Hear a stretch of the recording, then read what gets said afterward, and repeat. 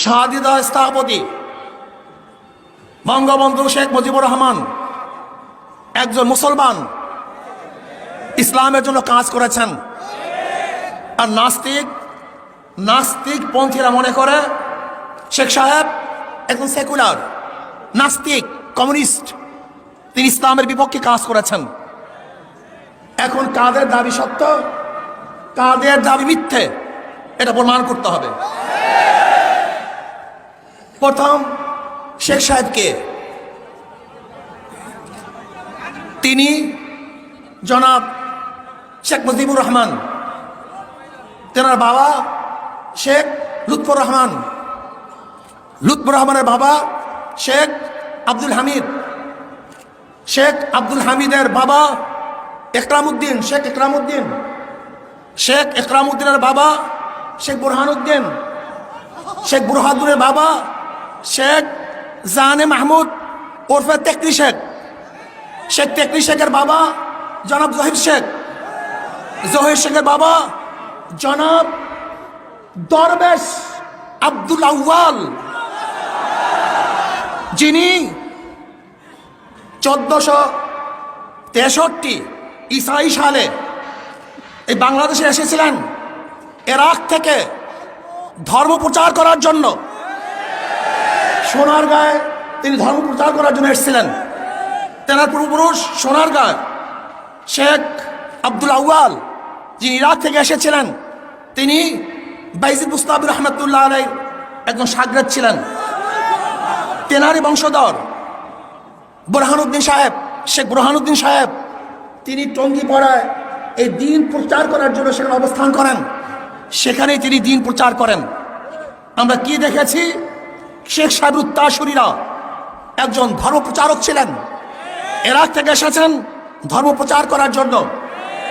শেখ সাহেবের বাবা একজন দাড়িওয়ালা টুপিওয়ালা, তার দাদা একজন দিনদার, তার পূর্বপুরুষ সবাই মুসলমান। কাজে কেউ যদি বলেন শেখ সাহেব নাস্তিক কমিউনিস্ট, আমি বলবো তুই মিথ্যা বলছো, সে একজন মুসলমান, সে একজন মুসলমান। এবার আসুন, শেখ সাহেব প্রথম কেন জেলে গিয়েছিলেন আপনাকে জানেন, পড়েছেন? আমি নিয়ে এসেছি দলিল, অসমাপ্ত আত্মজীবনী শেখ মুজিবুর রহমানের। এই বইয়ের মধ্যে আপনি দেখেন শেখ সাহেব কে ছিলেন, কি করেছেন। যারা তাকে নাস্তিক বানাবার পায়তার করে দিচ্ছেন, আমি বলবো তুমি নিজে নাস্তিক, কাজে তোমার চক্ষু দিয়ে অন্যকে নাস্তিক দেখো। তুমি যদি মুসলিম হও তাহলে তোমার চক্ষু দিয়ে আর যদি মুসলিমই দেখবা। আমি কিছু প্রমাণ দিই।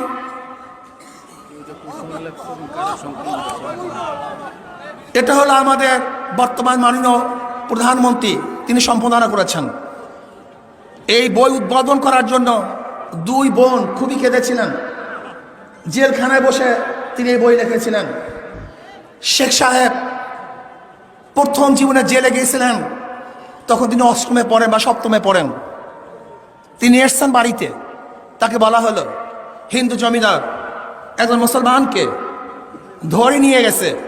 তিনি তার দল বল নিয়ে সেই বাড়িতে গেলেন যে ছেড়ে দেন, কিন্তু না, ছাড়ে নাই। তখন তিনি জোর করে তাকে নিয়ে এসছে। এরপর সেই হিন্দু জমিদার তার বিরুদ্ধে কেস দিয়েছিল, সেই কেসেই তিনি প্রথম জেলে গিয়েছিলেন। এরপর মধ্যে এরপরে শেখ সাহেবের এক একটা ইতিহাস আমি বলবো। আমরা তাকে শুধু মনে করি, আজকে আমি বক্তৃতা করবো না, আমি কিছু বই পড়ে শোনাবো। আজকে বক্তৃতা করবো না, জাহেল এবং মূর্খদেরকে শোনাবো যে সে কি ছিলেন।